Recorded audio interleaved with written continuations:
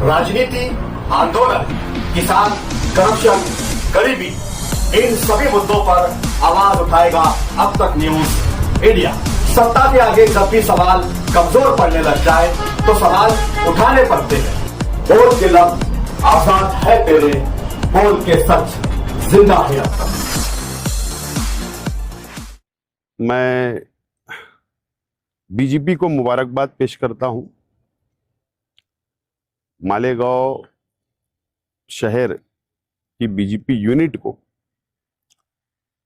मुबारकबाद देता हूं कि बीजेपी का काम एमआईएम के एमएलए ने कर दिया, इसलिए बीजेपी को मुबारकबाद।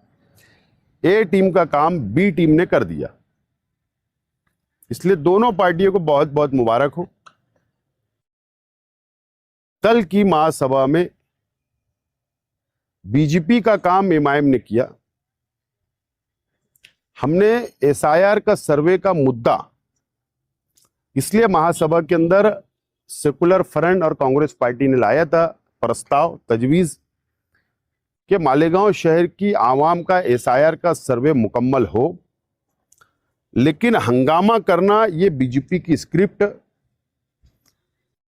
जो बीजेपी चाहती वो स्क्रिप्ट एमएलए साहब भी बोल रहे हैं और कल की महासभा में भी खुलकर दिखा है। ठीक है, नुकसान इस्लाम पार्टी का नहीं होगा, नुकसान समाजवादी पार्टी का नहीं होगा, नुकसान कांग्रेस पार्टी का नहीं होगा। अगर एसआईआर का सर्वे मुकम्मल नहीं हो पाया, ये शहर की आवाम का नुकसान है।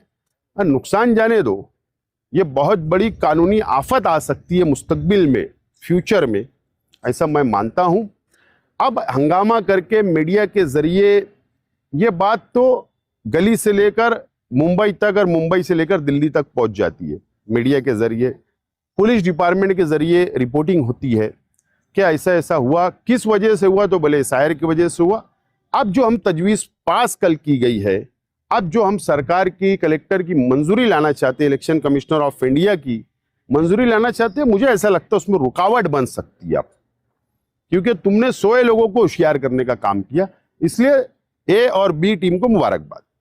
बीजेपी ये कह रही है कि दोनों के खिलाफ में गुने दाखिल होना चाहिए, क्योंकि नहीं एसआईआर सेंटर जो शुरू किया आपने कोई गैर कानूनी, आप पीएलओ को वहां पे लेके बैठते हैं। ऐसा है, हम न कल डरने वाले थे, ना आज डरने वाले लोग हैं, और न कल की फिक्र करते हैं। हमने रोहिंग्या बांग्लादेशी का इल्जाम आया मालेगांव शहर वासियों पे, मुसलमानों पर, तो कौन खड़ा हुआ? अरे हम ही खड़े थे ना, आज भी खड़े हैं, डरे क्या?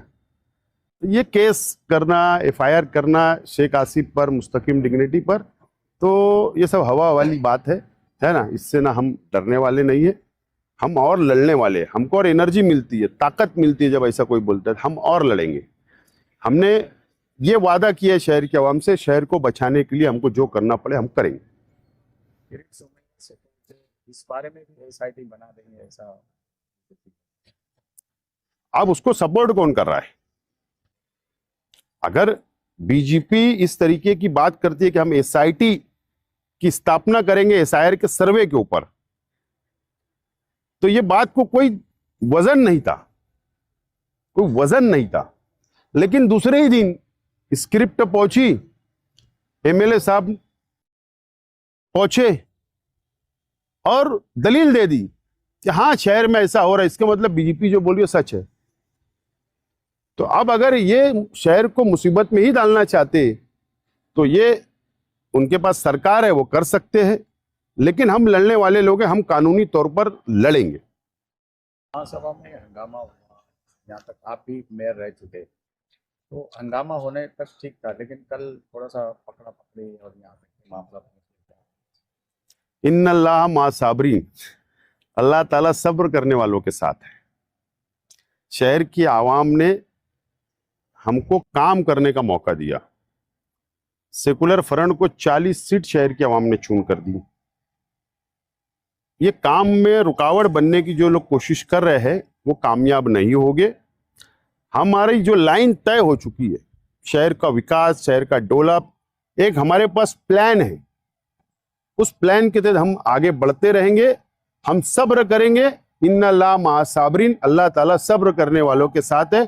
और हमें लगता है कि अल्लाह ताला हमारे साथ है, क्योंकि 40 सीट हमको चुनकर शहर की आवाम ने दी और हमें शहर की आवाम ने मौका दिया कि डेवलप करो, हमारे लिए लड़ो, हम लड़ रहे हैं। आप हमारे अब तक न्यूज चैनल को सब्सक्राइब कर बेल आइकन को प्रेस कर दें। और अगर आप हमारी मदद करना चाहते हैं तो आप हमारे ज्वाइन का बटन दबाकर हमारी मेंबर साथी भी आप ले सकते हैं। राजनीति, आंदोलन, किसान, करप्शन, गरीबी, इन सभी मुद्दों पर आवाज उठाएगा अब तक न्यूज इंडिया। सत्ता के आगे जब भी सवाल कमजोर पड़ने लग जाए तो सवाल उठाने पड़ते हैं। बोल के लफ्ज आजाद है तेरे, बोल के सच जिंदा है अब तक।